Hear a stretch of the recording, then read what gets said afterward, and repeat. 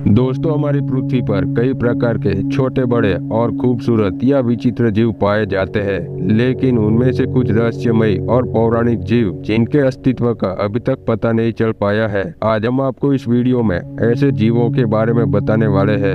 Number 1, Phoenix चिड़िया। Phoenix चिड़िया का जिक्र अधिकतर मिस्र के लोक कथाओं में मिलता है। कहा जाता है कि फिनिक्स एक बहुत ही खूबसूरत और अमर पक्षी है। लोक कथाओं के अनुसार फिनिक्स सुनहरी रंग और सोने की चमक वाली बहुत ही सुंदर चिड़िया है और इसकी पूंछ हरी, नीली या बैंगनी रंग की होती है। एक फिनिक्स की उम्र बहुत ही लंबी होती है, जो कि 500 सालों से भी अधिक होती है। जब फिनिक्स के मरने का समय आता है तो वह कुछ खुशबूदार टहनियों का घोंसला बनाती है और इसमें घोंसले और खुद को आग लगा देती है। इसके बाद इसके राख से ही एक नए फिनिक्स का जन्म होता है, जिसकी उम्र भी पुराने फिनिक्स जितनी ही होती है और वो भी मरते समय यही करती है, इसलिए इन्हें अमर चिड़िया बताया गया है। Number 2, unicorn. यूनिकॉर्न एक ऐसा काल्पनिक जीव है जो घोड़े या बकरे की तरह दिखता है, जिसका शरीर का रंग सफेद होता है और माथे पर एक बड़ा सा सींग होता है। यूनिकॉर्न का जिक्र बहुत से देशों के पौराणिक कहानियों में भी मिलता है, इसलिए इसे एक पवित्र जीव भी कहा जाता है। माना जाता है कि पुराने समय में यह घने जंगलों में कुंवारे लड़के या लड़कियों को ही दिखाई देते थे। कहा जाता है कि इनके सींग को छूने से किसी भी प्रकार की बीमारी ठीक हो जाती है और पानी में मौजूद विष भी गायब हो जाता है। इसी वजह से पुराने समय में लोग गैंडे के सींग को यूनिकॉर्न का सींग बताकर बेचते थे।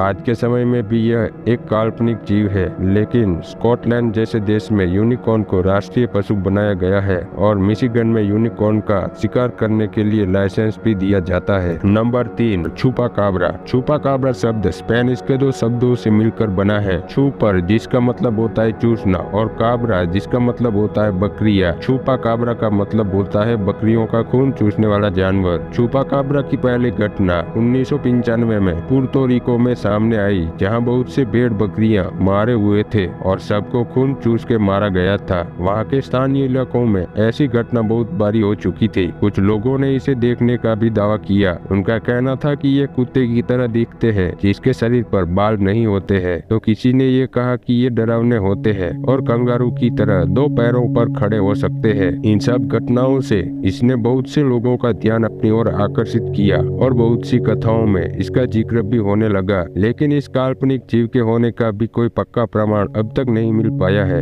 नंबर 4, येती। येती के बारे में सभी लोगों की धारणाएं लगभग एक जैसी ही है, जैसे कि ये हिमालय की बर्फीली पहाड़ों में पाए जाते हैं, जो दिखने में इंसानों व भालुओं के मिश्रण जैसे दिखते हैं, लेकिन आकार में इंसानों से काफी बड़े होते हैं। येती लोगों के लिए बहुत बड़ा रहस्य बना हुआ है। बहुत से लोग इसकी खोज में कई सालों तक लगे रहते हैं। बहुत से लोगों ने पहाड़ियों में येती को देखने का दावा भी किया है और उनका मानना है कि ये विलुप्त भालुओं की कुछ प्रजाति जैसे दिखते हैं, जबकि किसी को पैरों के ऐसे निशान मिले हैं जो इंसानों से काफी बड़े आकार के हैं, जो येती के होने का इशारा देते हैं। हालांकि अभी तक ऐसा कोई भी सबूत नहीं मिल सका है जिससे यह स्पष्ट हो सके कि येती असल में है, इसीलिए ये अभी तक एक काल्पनिक जानवर बनकर रह गए हैं। नंबर 5, जलपरिया। जलपरिया ऐसे समुद्री जीव है जिनका ऊपर का शरीर इंसानों का और नीचे का शरीर मछलियों का होता है और इसके पास कुछ शक्तियां भी होती है। बहुत से देशों के पौराणिक कथाओं में जलपरियों का जिक्र मिलता है। कहा जाता है कि जलपरियों को गाना बहुत पसंद है, इसलिए ये कभी समुद्र में गाते हुए दिखाई देती है। जलपरियों की उम्र बहुत लंबी होती है, लेकिन इंसानों की तरह इनमें आत्मा नहीं होती। बहुत सी कथाओं में जलपरियों और इंसानों के प्यार और शादी की बात भी बताई गई है। कहा जाता है कि कुछ जलपरियां अच्छी होती थी तो कोई बुरी। समंदर में होने वाली घटनाओं जैसे कि सुनामी,